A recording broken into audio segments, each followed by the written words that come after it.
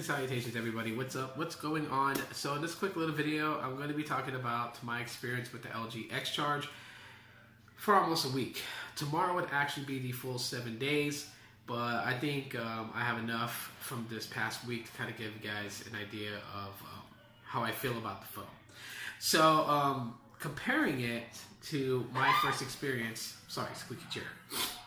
But comparing it to my first experience when I first got the LG X Power. The X Power I had an amazing time with, obviously phenomenally good battery life, and I was just amazed on just how long this phone kept a charge. And I think I came into getting the LG X Charge thinking the same thing was going to happen.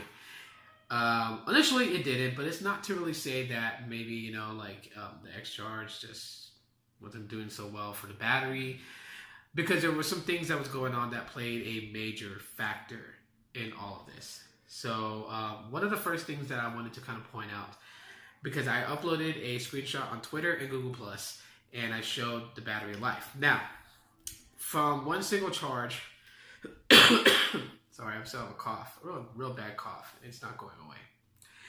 But on battery life, basically, I got 26 hours and 2 minutes, and I still had 30% left. So the estimated time remaining was another 11 hours and 40 minutes, give or take. But let's just call it how I see it. I probably would have gotten another 4 hours on the usage that I was doing. So let's say 30 hours and 2 minutes, right, on a single charge. Screen on time was 3 hours, 3 minutes, 24 seconds with computed power use at 366 milliamps, right? Now, I said not bad because it gave me an entire day on a single charge. And so there are some people who replied back and said that that's not really that good. And they're right, it's not, because compared to the X Power, when I first had the X Power on a single charge, I got 2.5, almost 3 days on the very first charge. Now, the way I consider the charge is not when you first power it on and log into all your stuff, but I completely bring the battery down to, I want to say about around 2 or 1%. Then I put it on the charger and I charge it all the way up to 100%. Once I take it off the charger, that's where the counter really begins. And so I got about 2.5 days, almost 3 days on one single charge with the X Power on the very first charge. The very first charge with the X Charge, I got 26 hours. Very, very big difference in what you're going to be expecting if you're someone who's used the LG X Power and has waited for the LG X Charge, which is also known as the X Power 2, to make it to the market, because you're going to upgrade from the original X Power. Because you got to remember, the LG X Power, phenomenally good budget phone, really, really good on battery life. So a lot of people that ended up getting the phone ended up enjoying using the X Power. And it's exactly what it's for those people who needed a device that yielded great battery life. So there were a lot of people, and I know this because I got hit up on YouTube in the comment section, Google+, and on Twitter. A lot of people that said they bought the X Power, they love their X Power, when is the X Power 2 coming out? That was like the number one question I got a lot, was when was the X Power 2 coming out? So now that it's here, a lot of people that wanted to upgrade to the X Power 2 that are finally doing it, because the X Charge has been out for some time now, but there's still some people that didn't do their upgrading yet.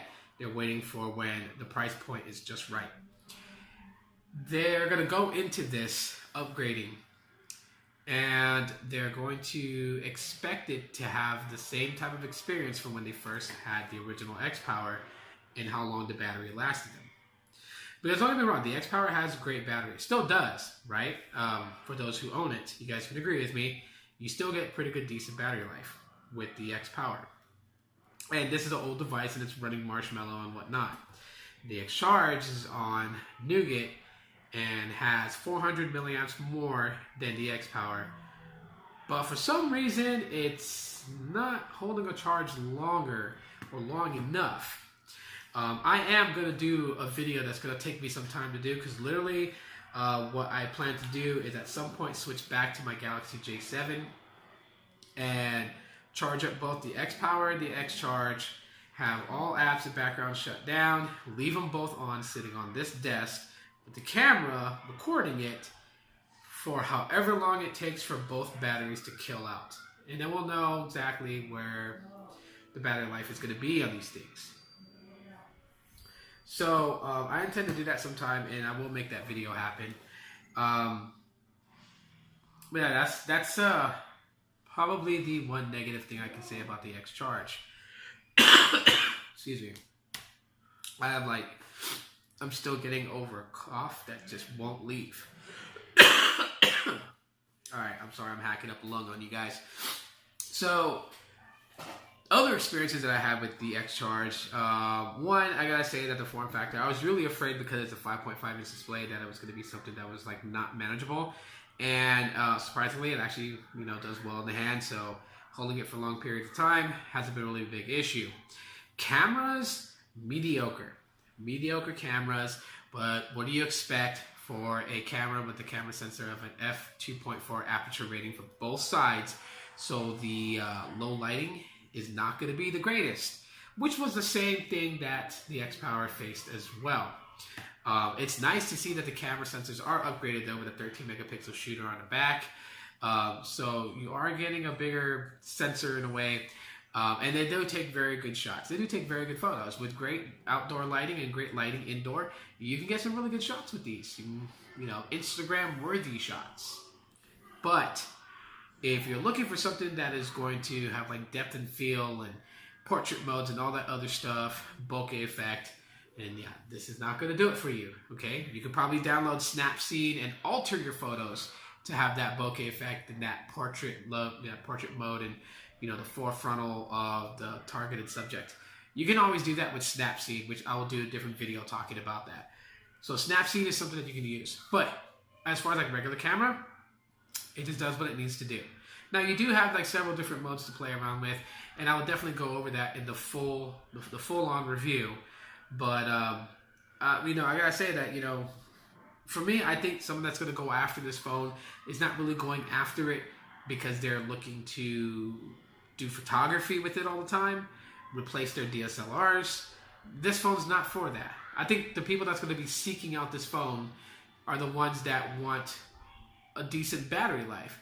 Someone that plays games and runs around their city all day long and needs something to keep up with them, so that they're not always looking for a charging port or an outlet to plug the charger in, or wireless charging pad if you get some sort of altering, because they got these, I said that because they have these really cool things that I saw, $13 little pads that, plug into the USB port of your phone. They kind of like hang on the back, and you can wireless charge. So you can turn any phone that doesn't have wireless charging into wireless charging. But that's a different video, different time, different place. Form factor, I gotta say, slippery. Both of these phones are like dangerous in your hands, okay? And it depends though, because on some days the texture back adds as grip, so you pretty much hold on to it. And then sometimes like if you have dry fingers, then these things can become very slick. And so I mean, it's still definitely you want to get a case and wrap up your phones, definitely. So besides that, as far as like running applications, day-to-day tasks, like using Google+, playing Pokemon Go, because I do play the game, things of that nature, it runs fine. I haven't had a single hiccup at all whatsoever. I haven't had an app that hung, that was just crashing. You do see some drop frame rate, all right? So there's a little bit of stutter when you start to pick up on speeds, but what do you expect? This is not a flagship device. So, in all generally, right now speaking, as far as user experience, I give this thing a solid 8. So far, okay? So far. I still have a lot to learn about the phone. I still have a lot to experience with the phone, using it as my daily driver. And so to kind of close out this video, I got to tell people right now that those that are looking into upgrading into the LG X Charge from the X Power, keep an open mind and don't go into it thinking that it's going to be exactly the same experience as the X Power. And I know that sounds really bad to say because, it is the successor to the X Power, so you would think it would actually be a step up. But there were a lot of things that went into play with the battery life, including the fact that at times during the day I had to keep the phone in a metal locker. So like high school lockers, like 4-stack lockers made out of metal. Sometimes I had to keep the phone inside there. And anyone who knows phones, if the signal connection from your phone to the network is very weak, the phone then uses more battery to enhance the ability to connect with the network. And that can eat your battery really quick. So there were a lot of variables that played into it. More to come on the review. So if you guys enjoyed my 1 week review, drop me a like, subscribe if you have not, and I'll talk to y'all in the next one.